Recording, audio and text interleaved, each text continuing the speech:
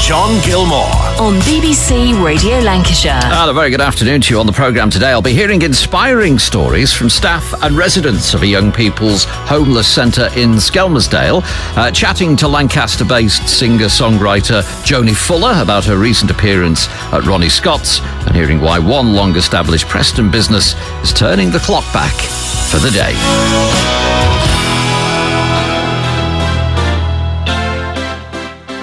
John Gillmore on BBC Radio Lancashire. Now, one of the most basic human rights is for somewhere safe and stable to live, yet homelessness continues to be one of the worst social problems in Britain today. Numerous studies have found that young people are more vulnerable to poor health, substance misuse, sexual exploitation and unemployment when they don't have a safe place to live.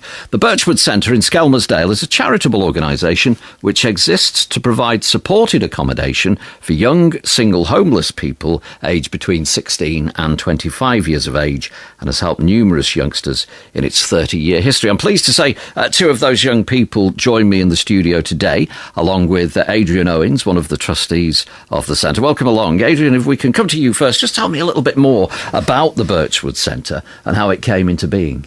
Well, I think the centre started in 1979, so it's been going just over 30 years now, John, and it was initially set up by some sisters, the Holy Family sisters, a couple of nuns, Bernadette and Monica, as a drop-in centre and also as a night shelter.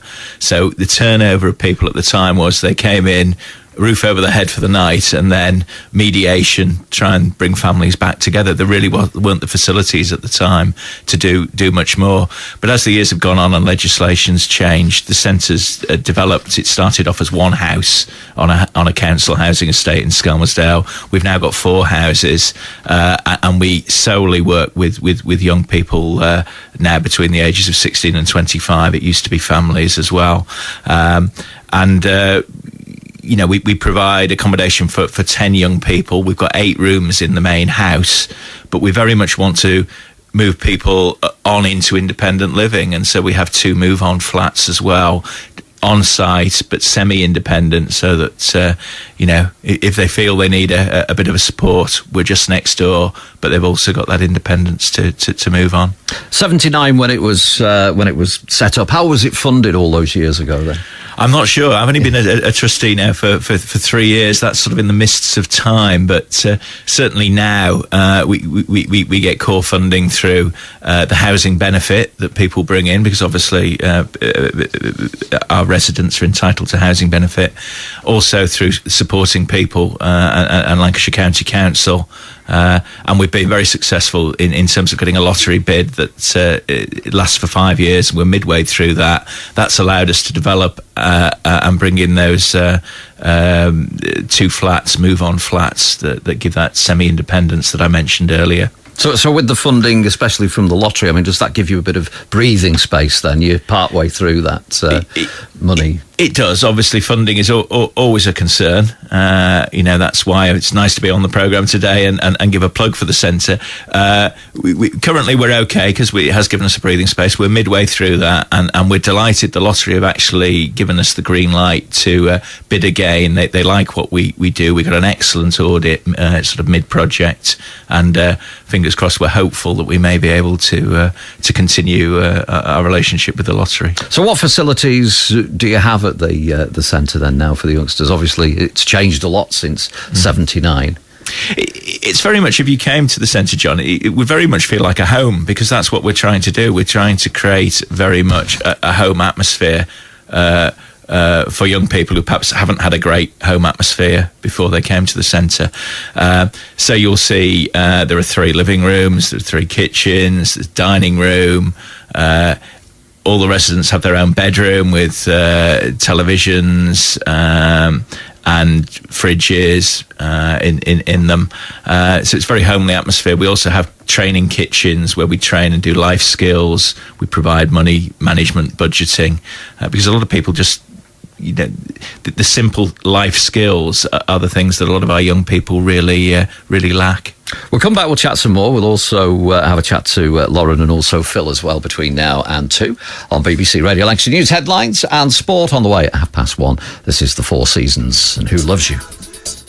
Lancashire Friday afternoon. Good afternoon. John Gillmore, Gilly till 4 this afternoon. And we were speaking to one of the trustees of the Birchwood Centre a little earlier on, Adrian Owens. The centre, of course, in Skelmersdale. It's a charitable organisation which is there to provide supported accommodation for young single homeless people aged between 16 and 25. It's helped numerous youngsters in its 30-year history. I'm also pleased to say that I'm joined in the studio by 2 young people who've actually had first-hand experience of homelessness and indeed the Birchwood Centre. Welcome along to Lauren and Phil. Lauren, first of all, just tell us your story then. Well, I've been there 11 months now, and it's the best place. It's really good, a good place to be in, because before I got in that place, there was a lot of stories about it saying that you'll never have a life if you've been there and stuff, and I was a bit scared at first. I never really stayed there the few nights, and everyone's so welcoming. It's like a big family there.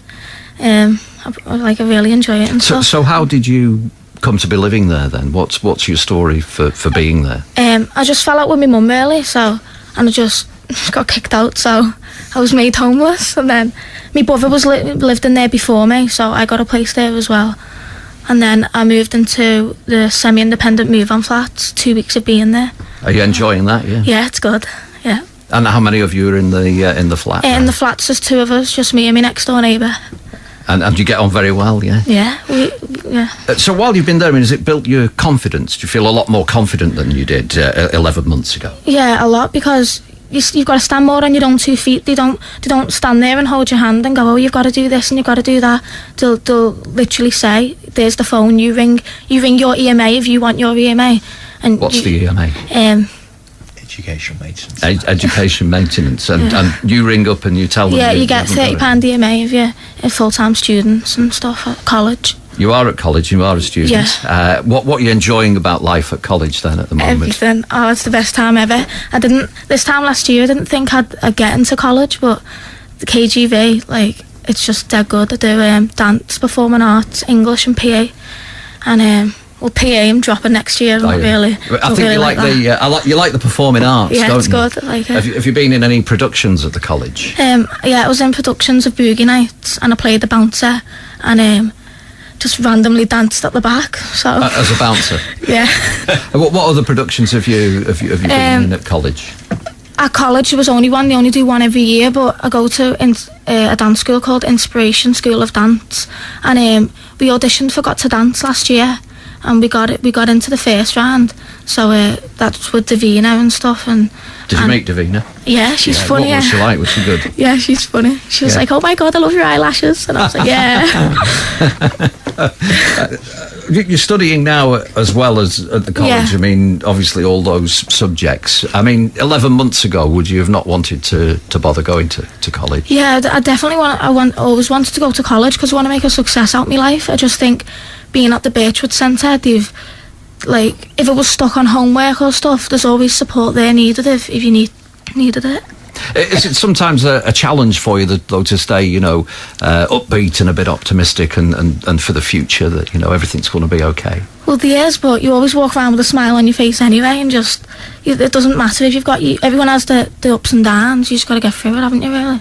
Just going back to Adrian for a moment. Obviously, you were saying, Adrian, the whole place has expanded over the years. But how big a problem at the moment is homelessness? Has it become worse? You were saying it started in 79. Is it a major problem still these days? It's certainly still a major problem, John. If I say we are always full, we never have a spare bed. We have a waiting list. The problem is still there. Relationship breakdown particularly is probably a bigger problem than it was 30 years ago. And you've heard Lauren's story, and I think while the situation with the family in this country is as it is, we're going to carry on having young people looking for a roof over their head and looking for a place to live and grow.